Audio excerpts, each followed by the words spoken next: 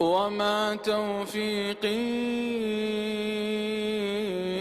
إلا بالله عليه توكلت وإليه أنيب.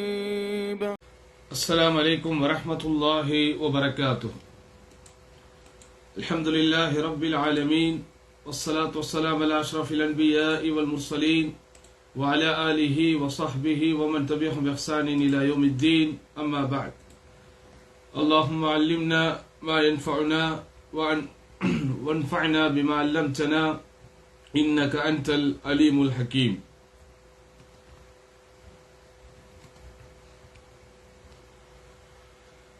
اللهم صل على محمد وعلى آل محمد كما صليت على إبراهيم وعلى آل إبراهيم إنك حميد مجيد. اللهم بارك على محمد وعلى آل محمد كما باركت على إبراهيم وعلى آل إبراهيم إنك حميد مجيد. அன்பிற்கினிய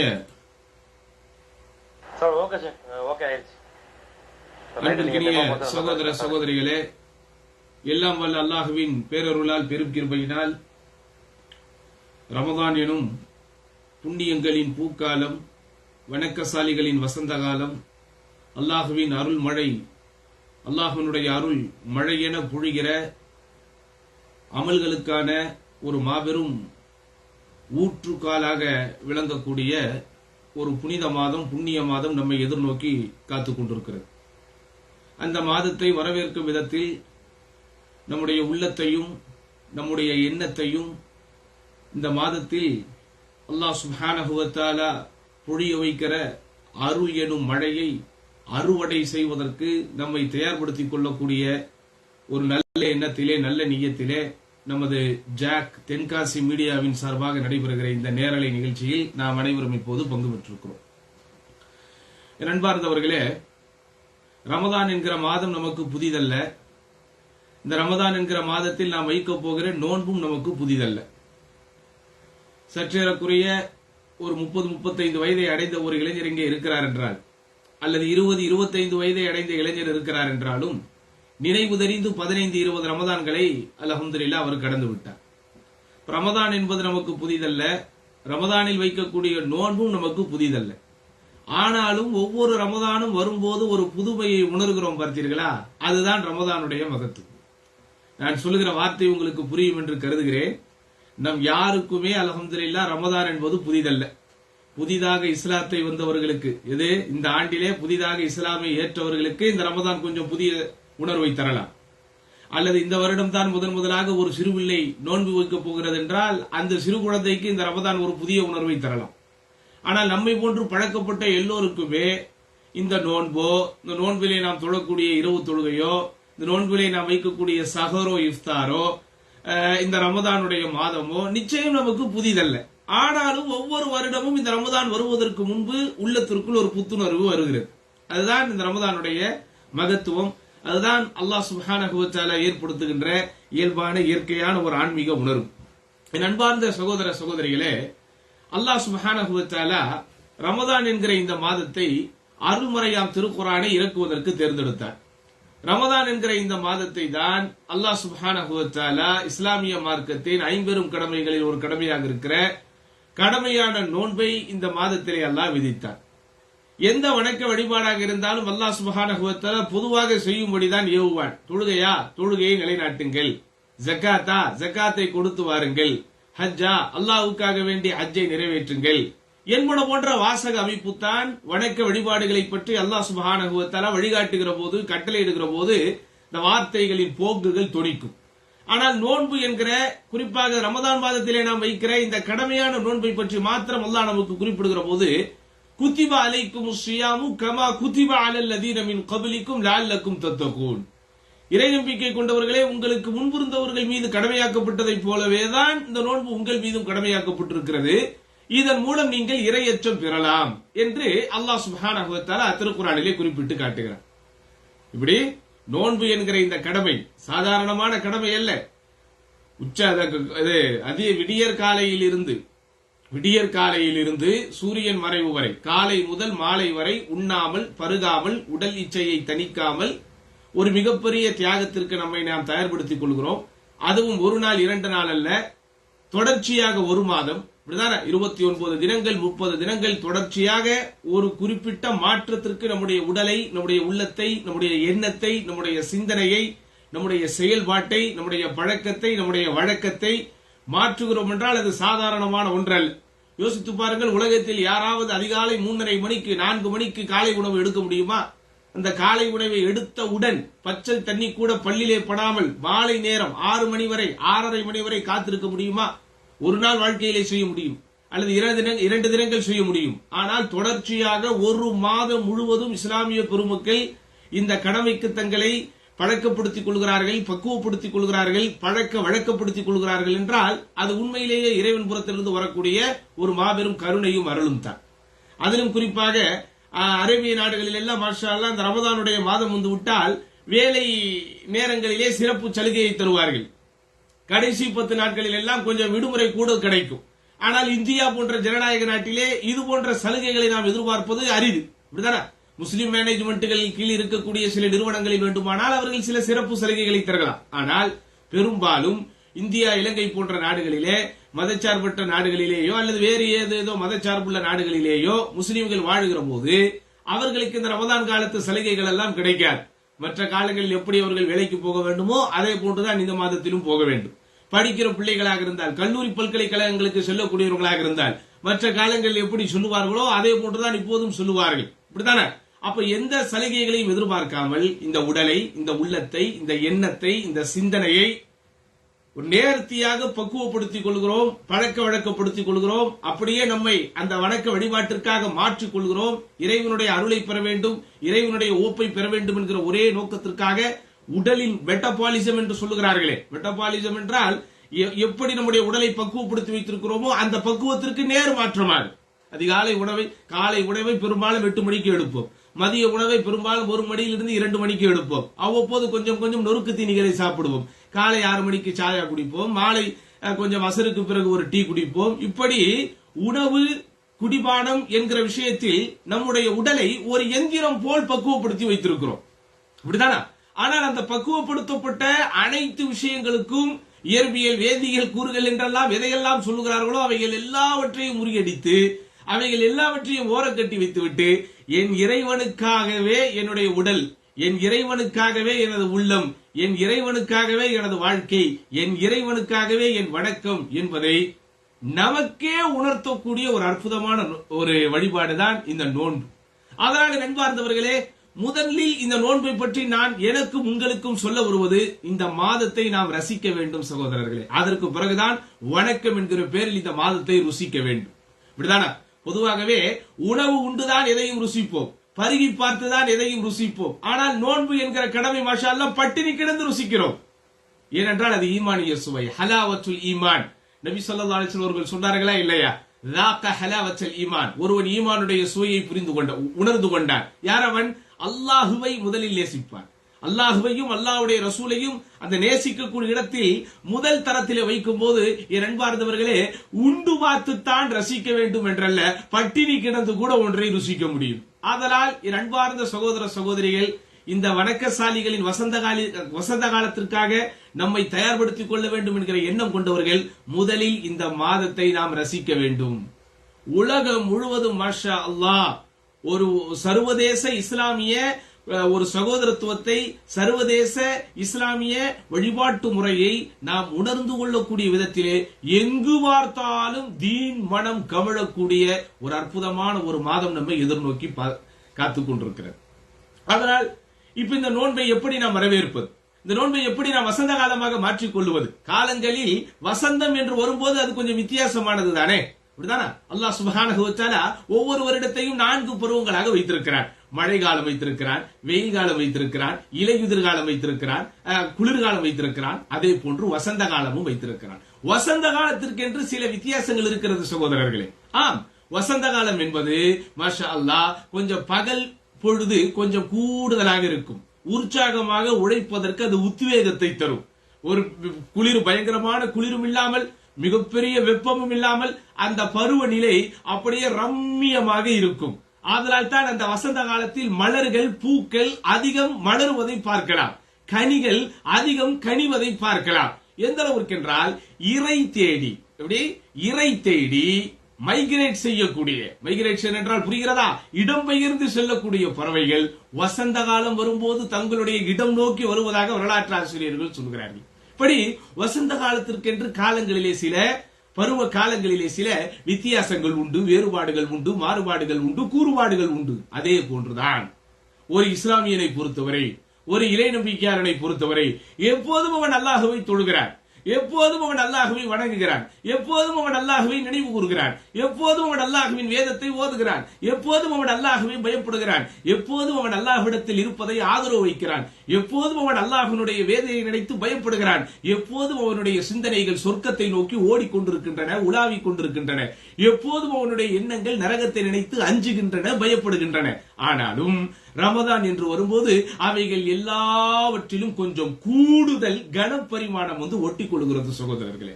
கூடுதல் கனப்பரிமாணம் அவனுடைய ஈமானை கொஞ்சம் கட்டிக் கொள்கிறது சகோதரர்களே. அதுதான் இந்த ரமதானுடைய வித்தியாசம். அதனால் ரமதானை குறித்து நாம் பேசுகிறோம் என்றால் என்ன புதிதாக பேச போகிறார்களோ என்றெல்லாம் நீங்கள் நினைக்க வேண்டாம். ரமதான் என்பது ஒரு நினைவூட்டல் தான். இதில் அறிஞர்கள் நமக்கு 10 விஷயங்களை சொல்கிறார்கள். இந்த 10 விஷயங்களை கவனமாக நாம் பற்றி பிடித்துக் கொண்டோம் என்றால் இந்த ரமதான் நமக்கு உண்மையிலேயே ஒரு இனிய ரமதானாக, ஒரு வெற்றிக்குரிய ரமதானாக இருக்கும் என்பதில் இரண்டாம் கருத்துக்கு இடமில்லை. அது என்ன வெற்றிக்குரிய ரமதான்? ஆம், தோல்வியடைந்த ரமதான் என்று ஒன்று உண்டு. உங்களுக்கு தெரியும் தானே, ரசூலுல்லாஹி ஸல்லல்லாஹு அலைஹி வஸல்லம் அச்சமூட்டி எச்சரிக்கை செய்திருக்கிறார்கள். ருப்ப ஸாயிமின் லைஸ லஹு மின் ஸியாமிஹி இல்லல் ஜூஉ வல் அத்ஷ். எத்தனையோ நோன்பாளிகள் அவர்கள் நோன்பின் பலனாக பயனாக வெறும் தாகத்தையும் பசியையும் மட்டும்தான் பெற்றுக் கொள்கிறார்கள். இப்படி எத்தனையோ நோன்பாளிகள் அவர்கள் நோன்பின் பலனாக பயனாக வெறும் தாகத்தையும் பசியையும் மட்டும்தான் பெற்றுக் கொள்கிறார்கள். இரவு நேரத்திலே நின்று வணங்கக்கூடிய எத்தனையோ வணக்கசாலிகள் அவர்கள்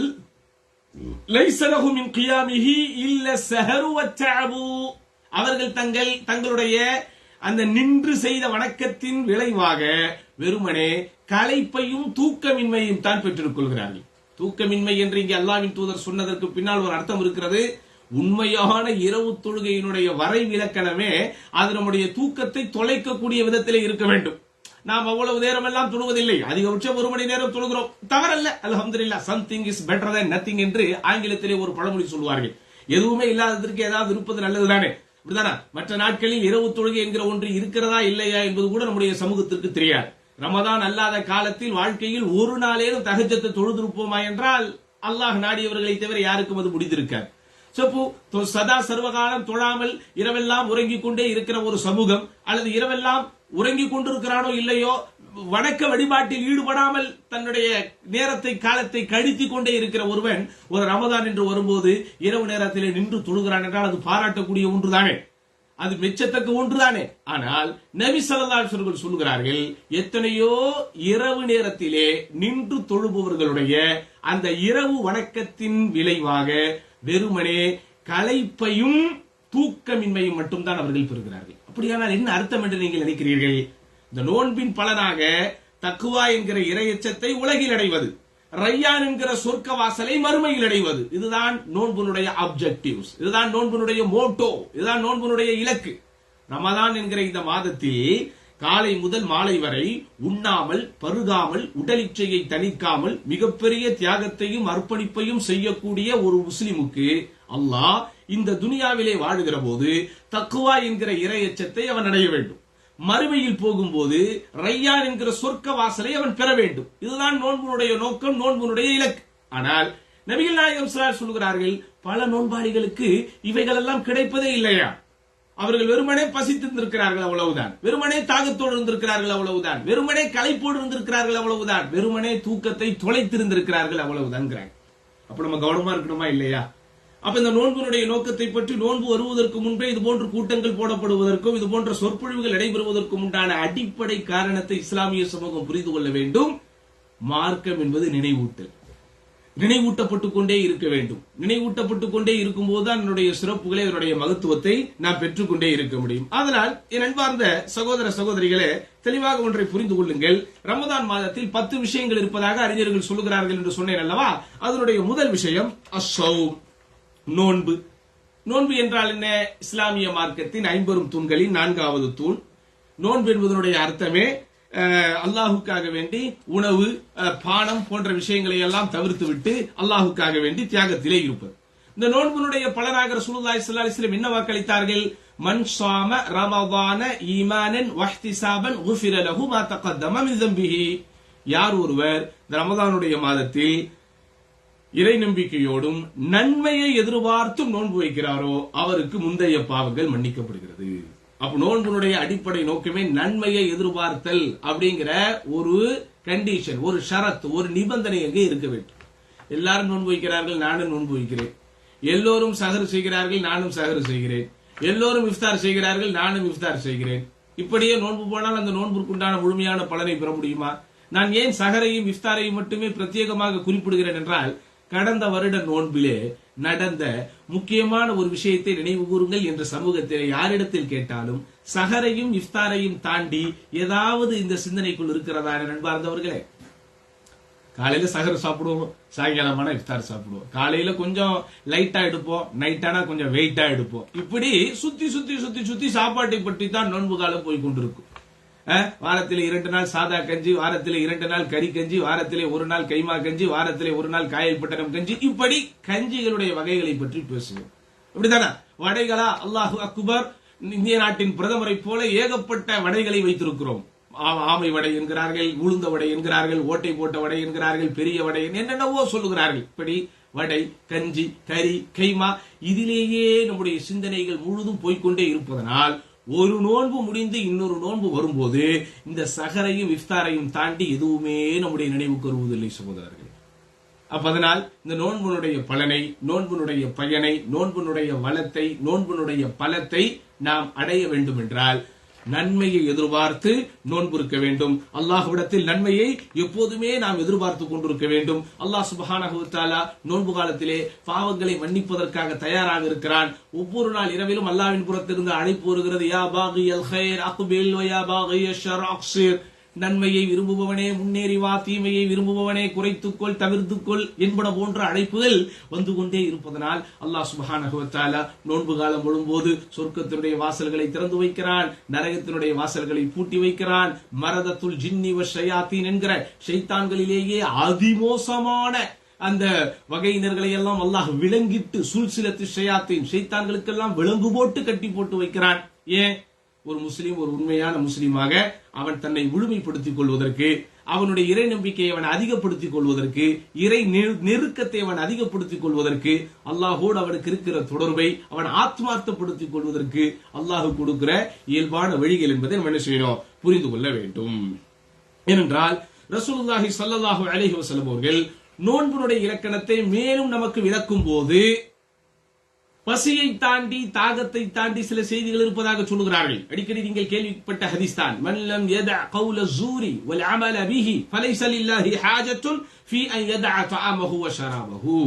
யார் ஒருவர் தனது பொய்யான பேச்சையும் பொய்யான செயலையும் விட்டு விடவில்லையோ, போலியான வாழ்க்கையை விட்டுறணும். அதான் நோன்புடைய நோக்கமே. அதென்னையா பொய்யான செயல்? பொய்யான செயல் என்றால் போலியாக வாழ்வது, துனியாவை அதிகம் நேசிப்பது, துனியாவினுடைய விஷயங்களையே இந்த சிந்தனைகளில் பிரதானப்படுத்தி பிரமாதப்படுத்தி வைப்பது, மறுமையின் எண்ணங்கள், மரணத்தை பற்றிய ஞாபகங்கள், மண்ணறையை பற்றிய எண்ணங்கள், அவைகளை எல்லாம் தூர ஓட்டி விட்டு ஒதுக்கி வைத்து விட்டு தன் இஷ்டப்படி வாழ்ந்து கொண்டிருக்கக்கூடிய அந்த போலியான வாழ்க்கையிலிருந்து வெளியே வர வேண்டும் சகோதரர்கள். அதான் கவுல ஸூர் வல் அமல் பிஹி.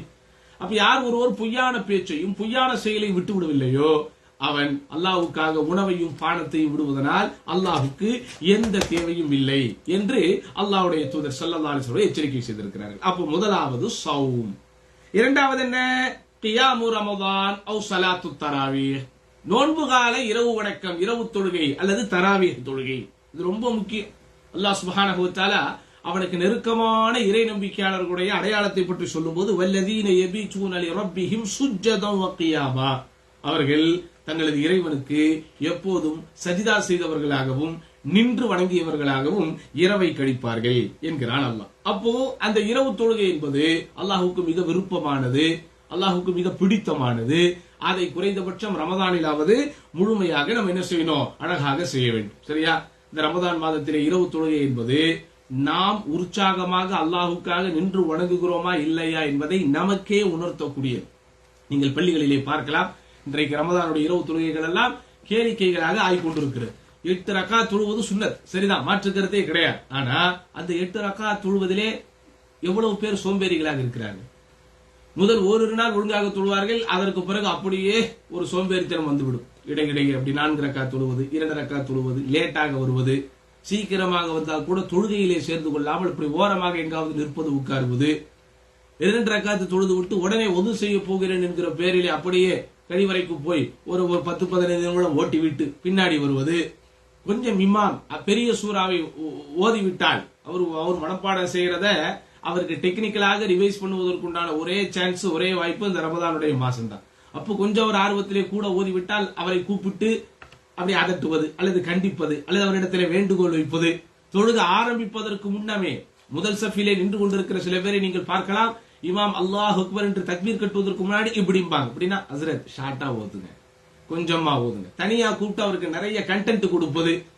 சஜிதால நிறைய நேரம் எடுத்துக்கங்க, ருக்கூல எல்லாம் நிறைய நேரம் எடுத்துக்கங்க, நிக்கும் போது கொஞ்சம் பார்த்து நில்லுங்க. இப்படி இந்த 8 ரக்காத்து தொழுது முடிப்பதற்கு முன் இவர்கள் பண்ணுகிற சேட்டைகள் இருக்கிறதே, அல்லாஹ் அக்பர், தாங்க முடியாத சேட்டை. ஆனால் அதே சஃபிலே நீங்கள் பார்க்கலாம், சில வயதானவர்கள், 50-60 தாண்டியவர்கள், தாடி மீசை நரைத்தவர்கள், அவர்கள் எல்லாம் என்ன செய்வாங்க, அப்படியே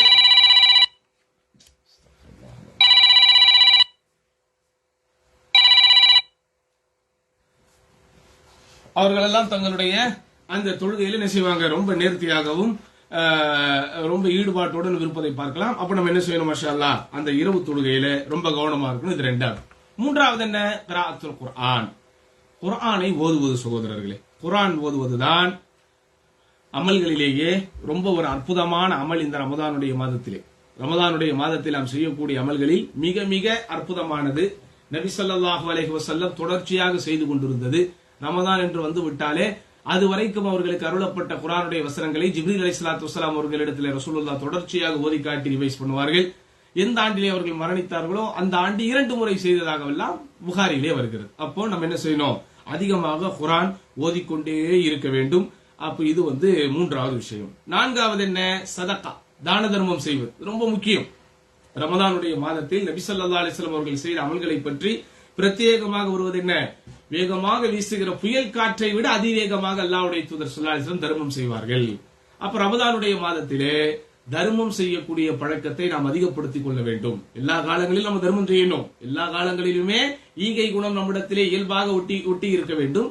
ஆனால் ரமதான் என்று வரும்போது அங்க நம்ம என்ன செய்யணும், ரொம்ப கூடுதலாக தான தர்மம் செய்வதில் கவனம் செலுத்த வேண்டும். உங்களுக்கு எல்லாம் தெரியும், இந்தியா போன்ற நாடுகளில் இஸ்லாமியர்கள் நாம் சிறுபான்மையினர்களாக இருக்கிறோம். அதிலும் குறிப்பாக இந்த சேவை செய்யக்கூடிய அனாதை நிலையங்களாக இருக்கலாம், அல்லாஹ்வுடைய மார்க்கத்தை போதிக்கக்கூடிய மதரசாவாக இருக்கலாம், இப்படிப்பட்ட இவைகளை எல்லாம் நடத்துபவர்களுக்கு உண்டான வருவாய் என்றால் அவர்கள் அந்த நிறுவனங்களை நடத்துவதற்குண்டான வருவாயை முக்கியமாக அவர்கள் சேர்த்துக் கொள்வது இந்த ரமதானுடைய மாதத்துல தான்.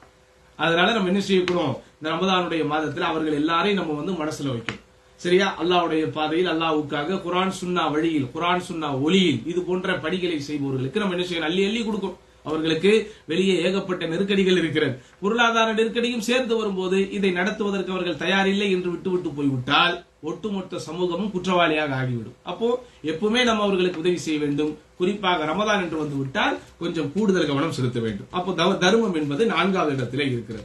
5வது விஷயத்தை பற்றி அறிஞர்கள் என்ன சொல்கிறார்கள் என்றால், பிர்ருல் வாலிதைன் வசிலத்துல் அர்ஹாம், பெற்றோர்களுக்கு உபகாரம் செய்வது, இரத்த பந்த சொந்த பந்தங்களோடு சேர்ந்து வாழ்வது. இதுவும் அப்படித்தான். எல்லா காலங்களிலும் அது நம்மிடத்தில் இருக்க வேண்டிய ஒரு பண்பு. ரமதான் என்று வந்து விட்டால் நம்ம அதுல கொஞ்சம் கூடுதலாக கவனம் செலுத்த வேண்டும். எனக்கு இன்றும் நன்றாக நினைவிருக்கிறது, உங்களில் பல பேருக்கு தெரிந்திருக்கிறார், நான் சவுதி அரேபியாவில் இருக்கிறேன். ஒரு 6-7 வருடங்களுக்கு முன்பு ஒரு ஷேக் அவர்களை சந்திப்பதற்காக இரவு நேரத்தில் எனக்கு அப்பாயின்மெண்ட் தரப்பட்டது. இரவு தொழுகை முடித்து விட்டு, தராவி தொழுகை முடித்து விட்டு நீங்க என்ன பாருங்க அப்படின்னு டைம் கொடுத்திருந்தார். என்னை அழைத்து செல்பவர் கொஞ்சம் தாமதமாக வந்துட்டார். அப்ப நம்ம கிட்ட கார் இல்ல. அப்ப நம்மள கூட்டு போறதுக்காக வருபவர் ஒரு மணி நேரம் கழிச்சு வந்துட்டார். நான் கிளம்புன உடனே அவருக்கு போன் அடிக்கிறேன், ஷேக் இதை வந்துகிட்டு இருக்கிறேன் அப்படின்னு. அப்போ அவர் சொல்றாரு, சாரி நான் வருத்தம் தெரிவிக்கிறேன் உங்ககிட்ட, நான் உங்களுக்கு கொடுத்த டைம் முடிஞ்சிருச்சு, இது நான் எங்க தாயாருக்கு கொடுக்குற டைம். நான் தினந்தோறும் இந்த டைம்ல தான் என்னுடைய அம்மாவை போய் நான் சந்திச்சு அவங்க கிட்ட நான் பேசிக்கிட்டு இருப்பேன். இந்த டைம்ல நான் வேற யாரையும் சந்திக்க மாட்டேன், நீங்க தப்பா நினைக்காதீங்க அப்படின்னு சொல்லி மாஷா அல்லாஹ் அவர் நம்மள அன்னைக்கு அப்பாயின்மெண்ட்டை மறுத்தது இன்றும் நான் அது நினைவில் வைத்திருக்கிறேன்.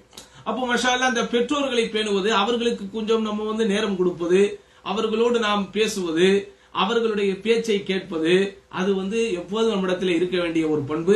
ரமதானுடைய மாதத்தில் என்ன செய்யணுமோ அது கூடுதலாக நம்மிடத்திலே இருக்க வேண்டும். ஆறாவது விஷயம் என்ன? இது வாய்ப்புள்ளவர்கள் செய்ய வேண்டியது இஅ்திகாஃப் என்கிற ஒரு வணக்க வழிபாடு. வாழ்க்கையில் ஒரு முறையாவது அந்த வணக்க வழிபாட்டிலே இருந்து பார்க்க வேண்டும் சகோதரர்கள். ஒரு தனி மனித வாழ்க்கை பக்குவம் அடைவது, ஒரு தனி மனித வாழ்க்கையில் ஒரு நேர்த்தி, ஒரு தனி மனித வாழ்க்கையில் ஒரு ஒழுங்கமைப்பு, ஒரு தனி மனித வாழ்க்கையில் ஒரு பக்குவம் பெறுவதற்கு இந்த இஅ்திகாஃப் என்கிற இந்த கடமை அல்லது இஅ்திகாஃப் என்கிற இந்த வழிபாடு மிக அற்புதமான ஒரு வாய்ப்பை பெற்றுத்தரும். ஏன்னா இந்த இஅ்திகாஃபிலே 2 விதமான நன்மை இருக்கிறது. முதல் நன்மை, உலக தொடர்பில்லாமல் 10 நாள் நாம் அல்லாஹ்வுக்காக வேண்டி நம்மை ஈடுபடுத்திக் கொள்வது, முழு நேரமும் வணக்க வழிபாட்டிலேயே ஈடுபட்டிருப்பது. முழு நேரமும் இஸ்லாமியமயமாக்கல் என்பதை போல மாஷா அல்லாஹ் விழித்திருக்கும் நேரம் எல்லாம் நாம் எப்போதும் அல்லாஹ்வை நினைத்துக் கொண்டே இருக்கக்கூடிய ஒரு இபாதத்தாக இந்த இஅ்திகாஃப் மாறுகிறது. அந்த நிலையிலேயே நாம் உறங்கும் போது அந்த உறக்கமும் இபாதத்தாக மாறிவிடுகிறது. இரண்டாவது விஷயம், லைலத்துல் கத்ர் நமக்கு அல்ஹம்துலில்லாஹ் எளிதாக கிடைப்பதற்கு வாய்ப்பு இருக்கிறது. அப்படிதானே? இறுதி 10 தினங்கள்ல ரசூல் ஸல்லல்லாஹு அலைஹி வஸல்லம் என்ன செஞ்சாங்க? ஒற்றைப்படை இரவுகளிலே லைலத்துல் கத்ரை தேடும்படி சொன்னார்கள். அப்ப அதனால நம்முடைய ஊர்களிலே பார்க்கலாம், ஒற்றைப்படை என்று வரும்போது கொஞ்சம் நம்ம என்ன செய்வோம்னா கொஞ்சம் கூடுதல் நேரம் நின்று தொழுவது, கூடுதல் ஓதுவது எல்லாம் செய்வோம். ஆனா அந்த இஅ்திகாஃபில் பள்ளியிலே போய் தங்களை வைத்துக் கொள்பவர்கள் மாஷா அல்லாஹ் டிஃபால்ட் ஆகிறது. அவர்களுக்கு பை சாய்ஸ் என்பதை விட பை சான்ஸ் ஆகவே என்ன செஞ்சிருது? அந்த லைலத்துல் கத்ர் கிடைச்சிருது. ஏன்னா அவங்க பள்ளியிலே தான் இருக்க போறாங்க, எப்போதும் அவர்கள் ஓதிக்கொண்டே இருக்கிறார்கள், எப்போதும் மாஷா அல்லாஹ் இறை நினைவோடு இருக்கிறார்கள், எப்போதும் பிரார்த்தனையில் ஈடுபட்டுக் கொண்டிருக்கிறார்கள், எப்போதும் திக்ர்கள் செய்து கொண்டிருக்கிறார்கள், எப்போதும் பாவ மன்னிப்பு செய்து கொண்டிருக்கிறார்கள், செஞ்சு கொண்டுகிட்டு இருக்கணும். ஏன்னா சில பேரை பார்க்கலாம், அல்லாஹ் அவர்களை மன்னிக்கணும், இஅ்திகாஃப் இருக்கிறோம் என்கிற பேரிலே போய் அங்கே அரட்டை அடிப்பது, 10-15 பேர் அங்கே கூட்டாக செட்டு சேர்த்து கொண்டு உலக கஷ்ட விஷயங்களை பற்றி பேசுவது, இன்னும் ஒருபடி மேலே போய் இஅ்திகாஃபிலே இருந்து கொண்டு புறம் பேசுவது, இது போன்ற விஷயங்களில் ஈடுபட்டுக் கொண்டிருப்பவர்கள் அல்லாஹ்வை அஞ்சிக் கொள்ளுங்கள். அவர்கள் சவாபை தேட வந்த இடத்தில் அதாபை தேடியவர்களாக மாறிவிடுவார்கள். அல்லாஹ் காப்பாற்ற வேண்டும், அல்லாஹ் காப்பாற்ற வேண்டும். அப்போ அந்த இஅ்திகாஃப் என்கிற வணக்க வழிபாட்டிலே ஈடுபடுவது 6வது விஷயம். 7வது விஷயத்தை பொறுத்த வரைக்கும் நண்பார்ந்தவர்களே, அல்லாஹ்வை நினைவு கூறுவது, பாவ மன்னிப்பு தேடுவது, தஸ்பீஹ் செய்வது, பிரார்த்தனை செய்வது, இவைகளை எல்லாம் அதிகப்படுத்துவது. இப்படி நமக்கு ரமதானில் இபாதத்துகளை அதிகப்படுத்துகிறோம் என்றால் ஒவ்வொரு தொழுகையும் ரிப்பீட்டடாக 2-3 முறையெல்லாம் செய்ய முடியாது. ரமதான் வந்துடுச்சு, நான் நிறைய அமல் செய்யணும், அதனால நான் ஃபஜ்ர் தொழுகையை 10 வாட்டி தொழுவேன், லுஹர் தொழுகையை 4 வாட்டி தொழுவேன், அசர் தொழுகை 5 வாட்டி தொழுவேன், அப்படி எல்லாம் செய்ய முடியாது. ஒவ்வொரு வக்து தொழுகையும் ஒவ்வொரு முறை தான் சொல்ல முடியும். இங்க நமக்கு என்ன வாய்ப்பு இருக்கிறது? சுப்ஹானல்லாஹ், அல்ஹம்துலில்லாஹ், அல்லாஹ் அக்பர் என்பன போன்ற திக்ர்கள், லா இலாஹ இல்லல்லாஹ், லா ஹவ்ல வலா குவத்த இல்லா பில்லாஹ் என்பன போன்ற திக்ர்கள், இவைகளை நம்ம தனிமையிலிருந்து அதிகமாக சொல்லிக் கொண்டே இருக்கலாம். குர்ஆனுடைய வசனங்கள் அதிகமாக ஓதிக்கொண்டே இருப்பதை போல அல்லாஹ்விடத்திலே பாவ மன்னிப்பு கேட்கிறோம் அல்லவா, இதை என்ன செய்யணுமோ அதிகப்படுத்திக் கொண்டே இருக்க வேண்டும். 8வது விஷயம், இஃப்தாரும் சஹூரும். இது ரொம்ப முக்கியமான விஷயம். இஃப்தாரும் சஹூரும் உண்மையிலே நமக்கு நோன்பை வலிமைப்படுத்திக் கொள்வதற்காக கொடுத்த உணவு ரீதியான ஒரு சலுகை என்பதை தாண்டி அதில் நமக்கு பரக்கத்தும் நன்மையும் இருப்பதாக ரசூலுல்லாஹி ஸல்லல்லாஹு அலைஹி வஸல்லம் சொல்லியிருக்கிறார்கள். சஹரை நம்ம என்ன செய்யணும்? கொஞ்சம் பிற்படுத்தணும், இஃப்தாரை கொஞ்சம் முற்படுத்தணும். சஹரை பிற்படுத்தணும் அப்படின்னு சொன்னா ஃபஜ்ர்லாம் தொழுதுட்டு 6-7 மணி வரைக்கும் பண்ணலாம்னு முடிவு பண்ணக்கூடாது. பாங்கு சொல்லுகிற வரை நமக்கு சரியான முறையில் அங்க நேரம் குறிக்கப்பட்டிருக்கிறது, அது வரைக்கும் நம்ம சஹர் எடுக்கலாம். நம்ம ஊர்ல நோன்பட்டை போடுகிறோம் என்கிற பேர்ல சஹருடைய நேரம் முடிவதற்கு ஒரு 15-20 நிமிஷத்துக்கு முன்னாடியே டைம் முடிச்சிருவாங்க. இஃப்தார் வந்தும் ஒரு 5 நிமிடம் கழித்து இஃப்தாருடைய நேரம் வைப்பாங்க. அப்படிலாம் கிடையாது. அல்லாஹ்வுடைய தூதர் ஸல்லல்லாஹு அலைஹி வஸல்லம் தெளிவாக சொல்லி இருக்கிறார்கள், லா யஸாலு நாஸு பிகைரின் மா அஜ்ஜலு வல் ஃபதூர். ஃபதூர் அந்த நோன்பு திறப்பதை தீவிரப்படுத்தும் வரை எங்களுடைய மக்கள் என்ன செய்யறாங்க? நன்மையிலேயே இருக்கிறார்கள் அப்படின்னு சொல்லி இருக்கிறாங்க. அதே போன்று இந்த சஹர் இஃப்தார் எல்லாம் முடிந்தவர்கள், வாய்ப்புள்ளவர்கள் அந்த சஹர் இஃப்தார் உணவு கிடைக்காமல் ஏங்கி கொண்டிருப்பவர்களை எல்லாம் கொஞ்சம் பார்த்து உதவி செய்யும். இந்த ரமதான்ல இந்த கேதரிங்கில் நடைபெறக்கூடிய மிகப்பெரிய ஒரு தவிர்க்க வேண்டிய ஒரு விஷயம், சமூகத்திற்கு சுட்டிக்காட்ட வேண்டிய ஒரு விஷயம் என்னன்னு சொன்னா, செல்வ செழிப்பிலே இல்ல, பணக்காரர்களாக இல்ல, ஆல்ரெடி நன்கு உண்டு கொழுத்து அல்லது உண்பதற்கு வாய்ப்புள்ளவர்களையே கூப்பிட்டு விருந்து கொடுக்கிற ஒரு பழக்கம் நம்முடைய சமூகத்திலே இருக்கிறது. சரி, உறவை பேணுகிறோம், சொந்த பந்தத்தை பேணுகிறோம் என்கிற அடிப்படையில் அவர்களுக்கு விருந்து கொடுப்பதெல்லாம் தவறில்லை. ஆனால் அதையும் தாண்டி எத்தனையோ பேர் பேச்சுலர்ஸாக இருப்பார்கள், இளைஞர்களாக இருப்பார்கள், மனைவி மக்களோடு அவர்கள் இருக்க மாட்டார்கள், தாய் தந்தையை விட்டு தூரமாக இருப்பார்கள், வேலை விஷயமாக வெளியூரிலே வந்து தங்கி இருப்பார்கள், மேன்ஷனிலே தங்கி இருப்பார்கள், காலை நேரத்திலே கடைகள் கிடைக்காமல் ஆங்காங்கே அலைந்து கொண்டிருப்பார்கள். அப்படிப்பட்டவர்களை எல்லாம் மனதில் வைத்து வாய்ப்புள்ளவர்கள், உங்களுக்கு வாய்ப்பு இருந்துச்சுன்னா என்ன செய்யுங்க, அவங்களுக்கு எல்லாம் நீங்க சஹர் இஃப்தார் உணவை தருவதையும் ஒரு பெரிய வாய்ப்பாக எடுத்துக்கொள்ள வேண்டும். 9வது விஷயம், ரமதானிலே வாய்ப்புள்ளவர்கள் உம்ரா செய்ய வேண்டும். ஏனென்றால் நபி ஸல்லல்லாஹு அலைஹி வஸல்லம் ரமதானில் செய்யக்கூடிய உம்ராவை பற்றி சொல்லும்போது, உம்ரத்துன் ஃபி ரமதான் ஹஜ்ஜத்துன் மஇ, ரமதானிலே செய்கிற உம்ரா என்னோடு ஹஜ் செய்வதற்கு சமம் என்று இருக்கிறார்கள். அப்ப அதுல என்ன செய்யணும், நம்ம கவனம் செலுத்தணும். 10வது கடைசியான விஷயம், ரமதானில் நடைபெறக்கூடிய மார்க்க ரீதியான பயான் நிகழ்ச்சிகள் என்று சொல்றோம்ல, வகுப்புகள் என்று சொல்கிறோம்ல, அதுல பயன் பெறணும். இதை குறித்து சமூகத்திலே சொல்ல வேண்டிய ஒரு முக்கியமான விஷயம் இருக்கிறது. ரமதானில் பயான்கள் செய்வதை பற்றி மார்க்க தீர்ப்பு என்ன? இதை பற்றி அறிஞர்கள், இமாம் பின் பாஸ் உட்பட எல்லா அறிஞர்களுமே அது தடை செய்யப்பட்ட ஒன்றல்ல, மார்க்கமே ஒரு நினைவூட்டல் தான். ஆதலால் அதை நம்ம என்ன செய்யணும், நினைவூட்டல் என்கிற அடிப்படையில் அதை செய்யணும்னு சொல்லியிருக்கிறாங்க. ஏன் அப்ப நன்றாக நீங்கள் புரிய வேண்டும், மக்களுடைய நிலைமைகள் எப்படி இருக்கிறது. நம்முடைய பள்ளிவாசல், நம்முடைய மர்க்கசுகளில் பெரும்பாலும் இரவு தொழுகை முடிந்தவுடன் சிறப்பு பயான்களை ஏற்பாடு செய்கிறார்கள். இதை சில பேர் புரியாமல் விமர்சனம் செய்து கொண்டிருக்கிறார்கள். விமர்சனம் செய்ய வேண்டிய அளவுக்கு அது ஒரு குற்றம் அல்ல, சமூகத்திற்கு நினைவூட்டுகிறோம். அந்த ஒரு அரை மணி நேரம், அந்த 40 நிமிடம் அல்லது 1 மணி நேரம் ஒரு நினைவூட்டல் தரும்போது அதன் மூலம் நிறைய பேர் அமல்கள் செய்ய ஆரம்பிப்பார்கள். நாம் மார்க்கறிவு ஓரளவுக்கு நமக்கு இருக்கிறது என்றால் நம்மை போலவே எல்லோரையும் நினைத்துக் கொள்ளக்கூடாது. இன்னும் இஸ்லாமிய மார்க்கத்தின் தூண்கள் 5 என்பதை தெரியாமல் இருக்கிறார்கள், ஈமானிய தூண் 6 என்பதை தெரியாமல் இருக்கிறார்கள், லா இலாஹ இல்லல்லாஹுக்கு தாரீஃப் என்கிற டெஃபினேஷன் தெரியாமல் இருக்கிறார்கள். இன்னும் சொல்ல போனால் இஸ்லாம் என்கிற வார்த்தைக்கு அர்த்தம் தெரியாமல் இருக்கிறார்கள். நீங்க போய் இஸ்லாம் என்கிற வார்த்தைக்கு அர்த்தம் என்னன்னு சமூகத்தில் கேளுங்க, பாதி பேருக்கு மேல் இஸ்லாம் என்றால் சாந்தி என்பார்கள், சமாதானம் என்பார்கள். ஆனால் இஸ்லாம் என்பதற்கு இது நேரடியான அர்த்தமா? இஸ்லாமிய மார்க்கத்தின் ஒரு பறந்து விரிந்த அர்த்த புஷ்டியில் சாந்தி சமாதானம் என்பது ஒரு அங்கமாக சொல்லலாம். ஆனால் உண்மையிலேயே இஸ்லாம் என்கிற வார்த்தைக்கு அர்த்தம் அல் இஸ்திஸ்லாமு லில்லாஹ், அல்லாஹுக்கு முற்றிலுமாக சரணடைவது, வணக்க வழிபாட்டின் மூலம் அவனுக்கு கட்டுப்படுவது, பாவமான காரியங்களிலிருந்து விடுபடுவது. இதுதான் இஸ்லாம் என்கிற வார்த்தைக்கு அறிஞர்கள் சொல்லக்கூடிய வரைவிலக்கணம். இது நம்முடைய சமூகத்தில் எத்தனை பேருக்கு தெரியும்? அப்ப ரமதான் என்கிற காலத்தில் தான் இது போன்ற அடிப்படை விஷயங்கள் மக்களுக்கு போதிக்கப்படுவதற்கும் அவர்கள் பயன்பெறுவதற்கு ஒரு வாய்ப்பாக இருக்கும். அப்ப அதனால் நம்முடைய இறையச்சத்தை அதிகப்படுத்திக் கொள்ள வேண்டும் என்கிற எண்ணத்திலே என்ன செய்யணும், நம்ம இந்த ரமதான் காலத்து சொற்பொழிவுகள், ரமதான் காலத்து உபதேசங்களிலும் பங்கெடுக்க வேண்டும். இப்படி எதன் மூலமாக எல்லாம் நம்முடைய நோன்பை வலிமைப்படுத்துவதற்கு வாய்ப்பு இருக்கிறதோ அந்த அனைத்து விஷயங்களிலும் ஈடுபட்டு அல்லாஹ்வுடைய அருளை பெறக்கூடிய நன்மக்களாக வல்ல ரஹ்மான் அனைவரை மாக்கியருள்வானாக என்று வேண்டி, யா அல்லாஹ், எதை நாங்கள் சொல்கிறோமோ, எதை நாங்கள் கேட்கிறோமோ அதன்படி வாழக்கூடிய பாக்கியத்தை தருவாக என்று வேண்டி இந்த நேரலையை நிறைவு செய்கிறோம். வாஹிரு தஅவானா அல்ஹம்துலில்லாஹி ரப்பில் ஆலமீன். ஸலாம் அலைக்கும் வரஹ்மத்துல்லாஹி வபரகாத்துஹு.